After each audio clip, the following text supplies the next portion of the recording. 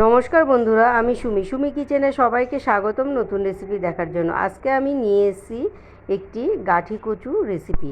নিরামিষ দিনে চটজলদি বানিয়ে নিয়ে যায় এই গাঠি কচুর রেসিপিটা, খেতে কিন্তু অসাধারণ হয়। তো চলো রেসিপিটা শুরু করা যাক। এখানে আমি 500 গ্রাম গাঠি কচু নিয়ে নিয়েছি আর সঙ্গে নিয়েছি 3টে বড় সাইজের আলু। তো এবার আমি এটা পরিষ্কার করে ভালো করে কেটে ধুয়ে তোমাদের সামনে নিয়ে আসছি। তো দেখো, গাঠি কচুটা সুন্দরভাবে আমি কেটে ধুয়ে পরিষ্কার করে নিয়ে নিয়েছি। আর একটা গাঠি কচু মাঝখান থেকে আমি 2 টুকরো করেছি। আর এখানে ছোট ছোট কিউব কিউব করে আলু কেটে নিয়েছি। তো চলো, এখানে গ্যাসের উপরে কড়াই বসিয়ে দিয়েছি। কড়াইটা গরম হয়ে গেছে, একটু তেল দিয়ে গাঠি কচু আলুগুলো একসঙ্গে আমি ভাজতে দিয়ে দেবো। তো সব গাঠি কচু আলুগুলো কড়াইয়ের মধ্যে দিয়ে দিলাম তেলের উপরে, দিয়ে সামান্য পরিমাণ লবণ দেব আর দিয়ে দেবো সামান্য পরিমাণ হলুদ লবণ দিয়ে নেড়ে চেড়ে ঢেকে ঢেকে গাঠি কচুটা একদম সুন্দর করে সফট করে ভেজে তুলে নেব। তো দেখো, প্রায় ভাজা হয়ে গেছে, আর একটু নেড়ে চেড়ে দেবো, দিয়ে ঠিক এইভাবে ঢেকে ঢেকেই আমি গাঠি কচুটা ভেজে নেব।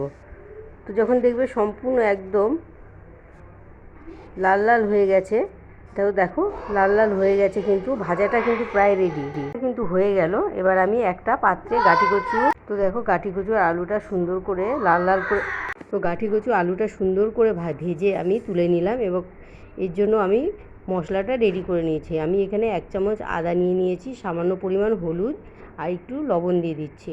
আর এদিকে আমি গুঁড়ো মশলা ব্যবহার করছি দেখে আগে থেকে আমি রেডি করে নিচ্ছি। এখানে দিলাম 1 চামচ জিরার গুঁড়ো, 1/2 চামচ ধনিয়া গুঁড়ো আর দিয়ে দেবো 1/2 চামচ লঙ্কার গুঁড়ো। এবার এটা একসঙ্গে মিশিয়ে নেব জল দিয়ে একটু নেড়ে চেড়ে মশলাটাকে ভালো করে মিশিয়ে 5-10 মিনিটের জন্য আমি রেস্টে রেখে দেবো। আর ওইদিকে গ্যাসের ওপরে কড়াইটা গরম হয়ে গেছে, এর মধ্যে বাদবাকি ফোড়নটা আমি দিয়ে দেবো। তো এখানে সরষের তেল দিয়ে দিলাম, তেলটা গরম হয়ে গেছে, ওর মধ্যে দিয়ে দেবো একটা শুকনো লঙ্কা, হাফ স্পুন গোটা জিরে আর শুকনো লঙ্কাটাকে দিয়ে একটু নেড়ে চেড়ে ফোড়নটাকে রেডি করে নিয়ে ওর মধ্যে দিয়ে দেবো যে আমি মশলার পেস্টটা রেডি করে রেখেছিলাম। ওই মশলার পেস্টটা আমি এর ফোড়নের মধ্যে দিয়ে দেবো। তো দেখো, ফোড়নটা রেডি হয়ে গেছে।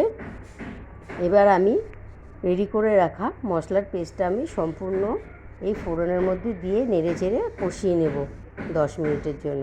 তো মশলার পেস্টটা সম্পূর্ণ দিয়ে দিলাম। এবার একটা খুন্তি দিয়ে সুন্দর করে নেড়ে চেড়ে 10 মিনিটের জন্য কষিয়ে নেব। 10 মিনিট ধরে কষাবো, আর যখন দেখব মশলা থেকে একটা এক্সট্রা তেল ছেড়ে দিয়েছে এবং সুন্দর একটা ফ্লেভার আসছে, তখন বোঝা যাবে যে মশলাটা সম্পূর্ণ কষানো হয়ে গেছে।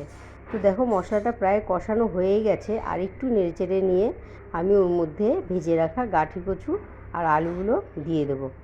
তো মশলাটা আমার রেডি হয়ে গেছে। এবার আমি ওর মধ্যে দিয়ে দিচ্ছি ভেজে রাখা গাঠি কচু আলু দিয়ে আরও মিনিট 5 সুন্দর করে মশলাগুলোর সঙ্গে একটু কষিয়ে নেব। এতে করে সম্পূর্ণ আলু ও কচুর গায়ে মশলাগুলো লেগে যাবে, আর স্বাদটা কিন্তু দারুণ হবে। এটি একটি নিরামিষ রেসিপি, নিরামিষ দিনে কিন্তু খেতে কিন্তু খুব দারুণ হয়। তোমরা চাইলে বানিয়ে দেখতে পারো।